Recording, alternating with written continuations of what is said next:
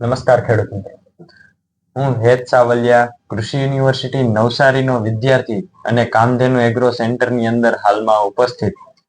અ, ખેડૂત મિત્રો, હું આજે એક કૃષિ વિશે એક માહિતી આપનાર વિવેકભાઈ બાબરિયા કે જે ખેતીવાડી યુટ્યુબર કહેવાય એવાની આજે મુલાકાતે અમે આવેલા છીએ.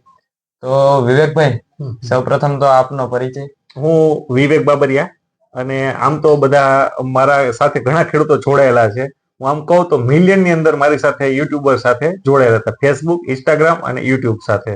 તો હું ખેતી વિશે અવનવા વિડીયો બનાવતો હોઉં છું. તો મારી સાથે, અને મારું ગામ છે કાથરોટા, જિલ્લો છે જુનાગઢ અને તાલુકો પણ જુનાગઢ છે. અને દવા બિયારણ ખાતરના ક્ષેત્રની આવે કે જંતુનાશક દવા, રાસાયણિક ખાતરો અને હાઇબ્રિડ બિયારણ સાથે હું છેલ્લા 12 વર્ષથી કાર્યરત છું, કે આ આપણે ચલાવી રહ્યા છીએ એવી રીતના. તો વિવેકભાઈ, અમે તો હજી આમાં આ ફિલ્ડ ની અંદર ઓનલાઈન વિષયની અંદર અમે હજી શરૂઆત કરી. તમે તો એમાં તરી ચૂકેલા છો. અમે તો કહેવાય ને કે ઉડતા પંખી કહેવાય. એટલે તમારા તેમાં સારા નરસા અનુભવ જરાક અમારી સાથે શેર કરો. ડિજિટલ માધ્યમ દ્વારા જ આ વિડીયોનું પ્રસારણ થઈ રહ્યું છે. એટલે કે આપણે ફેસબુકના લાઈવ માધ્યમ દ્વારા જ આપણે જોઈ રહ્યા છે ખેડૂત મિત્રો. તો આ ક્ષેત્ર ડિજિટલ મીડિયા આમ જોઈએ તો સારા છે. કોઈ પણ વ્યક્તિને ઝીરોમાંથી હીરો બનાવવો હોય તો પણ બનાવી શકે, અને હીરોમાંથી ઝીરો, કે આપણે કહીએ ને કે એક વિડીયોના સાચી માહિતી હોય આપણી પાસે, કોઈ ખેડૂતના અનુભવ વાળી કે કોઈ પેસ્ટિસાઇડની દવાની સારી એવી માહિતી હોય, તો ઝીરોમાંથી હીરો પણ બનાવી શકે અને હીરોમાંથી ઝીરો પણ બનાવી શકે. એ આ ડિજિટલ માધ્યમ છે. આપણે બતાવી રહ્યા છીએ, છતાં પણ હું આ ડિજિટલ માધ્યમને કહી રહ્યો છું. તો વિવેકભાઈ, તમે આવું કેવી રીતે અત્યારે આવું કયો છો કે ઝીરો માંથી હીરો અને હીરો માંથી ઝીરો બનાવી દે? જો મારા અનુભવ પ્રમાણે કહું તો મેં અંદાજિત છે ને 400 વિડીયો યુટ્યુબ અને ફેસબુક અને અલગ અલગ વોટ્સઅપના માધ્યમ દ્વારા મૂકેલા છે. અને મારી સાથે જોડાયેલા કે મારા કોન્ટેક્ટની અંદર કે આ મોબાઈલની અંદર, પર્સનલ મોબાઈલની અંદર છે ને 22,000 કોન્ટેક્ટ છે ખેડૂતોના, કે 12 વર્ષની ફિલ્ડની મહેનતની અંદર મારી સાથે 22,000 પર્સનલ ખેડૂતો કે જોડાયેલા, કે આપણે પર્સનલ રીતના ઓળખતા, આપણા તાલુકાના છે કે બાજુના જિલ્લાના તાલુકાના, અને વોટ્સઅપ ની અંદર જોડાયેલા હોય, કે મારી પાસે ચેટની અંદર વાત થતી હોય, એવા 16,000 ખેડૂતો છે. તો અમે કોઈ પણ વિડીયો મૂકી ખેતીવાડીનો, સાચો વિડીયો, ખોટો વિડીયો નહીં, સાચો વિડીયો મૂકી તો મારી વિડીયો જોઈને ઘણા ખેડૂતો અનુકરણ પણ કરે છે, કે એના ખેતરમાં અપનાવે છે ક્યારેક. અને દેશી નુસ્ખાના મેં પણ વિડીયો મૂકેલા છે. ક્યારેક પાણા વીણતા કે ખેતરમાંથી પાણા વીણવાના પણ વિડીયો મેં મૂકેલા છે, કે થાણા ગલોર ગામનો હતો, કે ભાઈ આમના બાપ દાદાએ પાણા નહીં વીણા હોય તો એના છોકરાને સારી જમીન નથી મળી, એવો મેં પણ એક વિડીયો મૂકેલો હતો. તો એમાં પણ મને સારો પ્રતિસાદ મારા દર્શક મિત્રો એટલે કે ખેડૂતોનો મને મળેલો હતો, કે ભાઈ સાચી વાત છે, કે બાપ દાદાએ જો જમીન સારી ખેડાયેલી, પાણા વીણીને ચોખ્ખી કરી નાખી હોય, તો છોકરાઓને ઉત્તરોત્તર સારી જમીન મળે, કે ફળદ્રુપ જમીન મળે. આવા પણ મેં વિડીયો મૂકેલા છે. અને અવનવા ખેતી વિષયક વિડીયો, બિયારણના, ખાતરના, દવાના વિડીયો મેં સાચી માહિતીના મૂકેલા છે ઘણા. તો વિવેકભાઈ, તમે આવી રીતે કોઈ કંપનીની માહિતી સાચી આપો તો તેના લીધે તમને કોઈ પર્સનલ ફાયદો થયો? આમ કહું ને તો હાય નો કહું અને નાય નો કહું, બે પ્રશ્નોત્તરી છે. જો મને કોઈ ફાયદો નથી થયો અને કોઈ ગેરફાયદો નથી થયો, અને કોઈ હાય નો કહું અને નાય નો કહી શકું, કે આ બે ચોકડીના બંધન રૂપે છે. કે જો કોમર્શિયલ વેચાણ માટે કે મેં વિડીયો મૂકી દીધો, તો કોમર્શિયલ ની અંદર, એટલે કે કોઈ મારી સાથે ડાયરેક્ટ જોડાયેલા ખેડૂત નથી, તો એ બીજાથી ખરીદી કરતા હોય છે, તો એમને ફાયદો થયો છે, મને કોઈ ફાયદો થયો નથી. અને અવનવા વિડીયો બનાવું છું, છતાં કે અમારે અહીંયા ઘણી કંપનીઓના કામ છે અમારી એજન્સીની અંદર, તો એમના પણ મેં વિડીયો બનાવેલા છે. હા, તો વિવેકભાઈ, તમે આમાં એમ કહો છો કે તમને ફાયદો નથી થયો. હા. તો તેમ છતાં તમને કોઈ કંપનીની તમે માર્કેટિંગ કરી, અને તમે એનું માર્કેટ 0 થી ઉપર સુધી પહોંચાડ્યું. હા. તો તમને તેને કોઈ ગિફ્ટ કે કોઈ ટૂર આપેલી કે કઈ વસ્તુ અવનવી પ્રદાન કરેલી? તમારી વાત સાચી છે ભાઈ. આ ડિજિટલ માધ્યમ છે તે ઝીરોમાંથી હીરો બનાવે છે અને હીરોમાંથી ઝીરો બનાવી દે છે. અત્યાર સુધીના સમયની અંદર, એટલે કે 12 વર્ષના સમયની અંદર, જ્યારથી હું આ ક્ષેત્રમાં જોડાયેલો છું, કે આ ખેતીવાડીના વિડીયોમાં, તો અત્યાર સુધીમાં મેં કોઈ પણ કંપનીની ગિફ્ટ નથી લીધી. મલ્ટીનેશનલ કંપની હોય તો ભલે, અને ગુજરાતની લોકલ હોય તો ભલે, અને સૌરાષ્ટ્રની નાની કંપની હોય તો ભલે, મારા માધ્યમ દ્વારા ઘણી કંપનીઓ ઝીરોમાંથી હીરો બની. કોઈ એવો દાવો કરે કે તમે ગિફ્ટ લીધી તો તમે એને શું કહેવા માંગો? જો આપણે આ વિડીયોના માધ્યમ દ્વારા જ કહી છે કે મેં અત્યાર સુધીમાં નાની એવી પેન પણ નથી લીધી, કોઈ કંપનીની વિદેશની ટૂર પણ નથી લીધી, કે ગુજરાતની કોઈ ટૂર નથી લીધી, કે કોઈ રાજસ્થાન કે ગોવાની કે કોઈ પણ ટૂરની અંદર પણ મેં ભાગ નથી લીધો.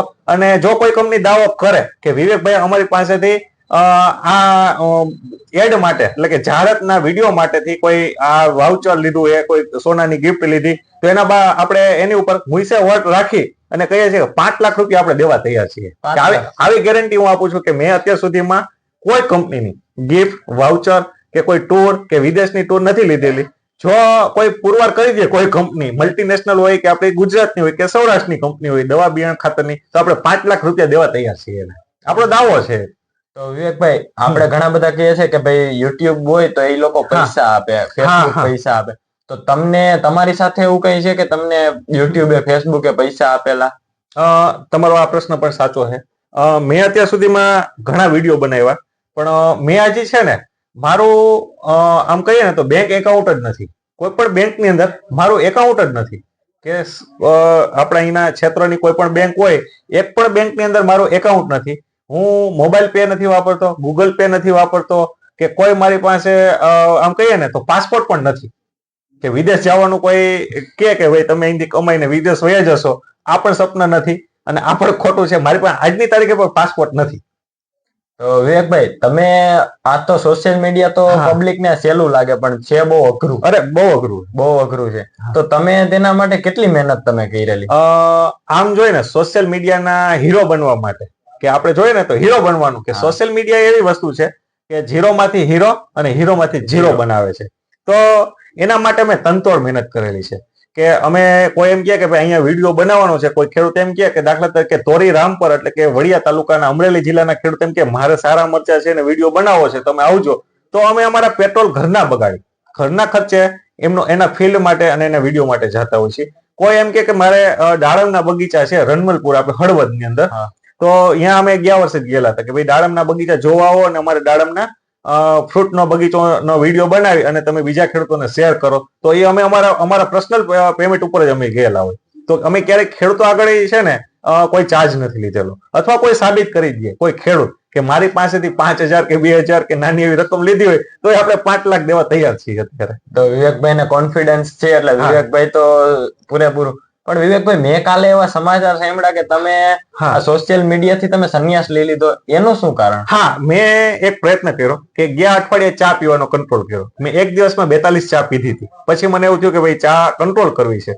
પછી એમ થયું કે ભાઈ સોશિયલ મીડિયા છે કે મારા વિડીયો અવારનવાર, કે ઘણા વિડીયો તો એવા કે એક એમમાં જોવાતો, એટલે 10 લાખ માણસો જોયેલા છે.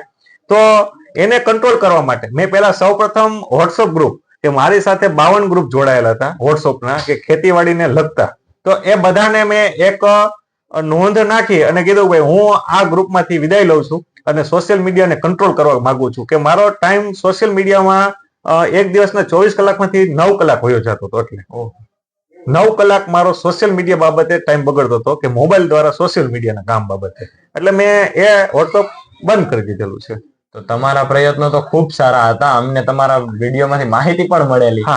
એટલે તો કહેવાય ને કે મારા એગ્રીકલ્ચર ફિલ્ડ ની અંદર જે માર્ગદર્શક કહેવાય એવા મારા વિવેકભાઈ બાબરિયા, એના અવનવા વિડીયો આપણે ભાવિસાબેન પટોડિયા છે એ પેજ ઉપરથી અમે મૂકેલા હતા, કે ભાવિસાબેન વિશાલભાઈ પટોડિયા, કે એક બેન થઈને, એક સ્ત્રી થઈને એક તત્પર, કે કંપનીઓના કોમર્શિયલ વિડીયો એમને તો બનાવેલા છે, કે કોમર્શિયલ એટલે કે એમનો ચાર્જ લઈ અને બનાવેલા હતા. પણ આમ જોઈએ તો અમુક કંપનીઓના ફેમસ વિડીયો થઈ ગયેલા, કે કોઈ 100 ટન ઉપર મટીરિયલ વેચી ગયા, કે નાની એવી કંપની હોય તો ભાવિસાબેનના એક સ્ત્રી હતા, એક બેન તરીકે, દીકરી તરીકે પણ એમને જો કોમર્શિયલ કામ કરી કંપનીઓના અને સારો એને સપોર્ટ મળેલો, અને એના વિડીયો મારા અંદાજ પ્રમાણે 1 થી 2 કંપનીના તો 4 એમ એટલે કે 40 લાખ રૂપિયા 40 ખેડૂતોએ વિડીયો જોયેલા છે. તો એનું કોમર્શિયલ પેકેજ જોઈએ તો 11,000 રૂપિયાનું હોય છે. તો એના 1 રૂપિયાના ખર્ચા બરાબર 600 કે 700 ખેડૂતોએ વિડીયો જોયેલો છે 1 રૂપિયાના ખર્ચા બાબતે. તો એ પણ માધ્યમ સારું જ હતું, ડિજિટલ માધ્યમ. પણ હું કહું છું કે ડિજિટલ માધ્યમ રહ્યું ને ઝીરો માંથી હીરો બનાવે અને હીરો માંથી ઝીરો બનાવે. થેન્ક યુ વિવેકભાઈ, તમારી અવનવી એટલી માહિતી આપવા બદલ. અમને પણ અમે ઉગતા નવા નવેલિયા કહેવાય એને પણ સલાહ અને સૂચન આપવા બદલ તમારો ખૂબ ખૂબ તમારું પેજ કયું હાલે છે અત્યારે? આપણે વિડીયોના માધ્યમ દ્વારા ખેડૂતોને કહેશું હજી.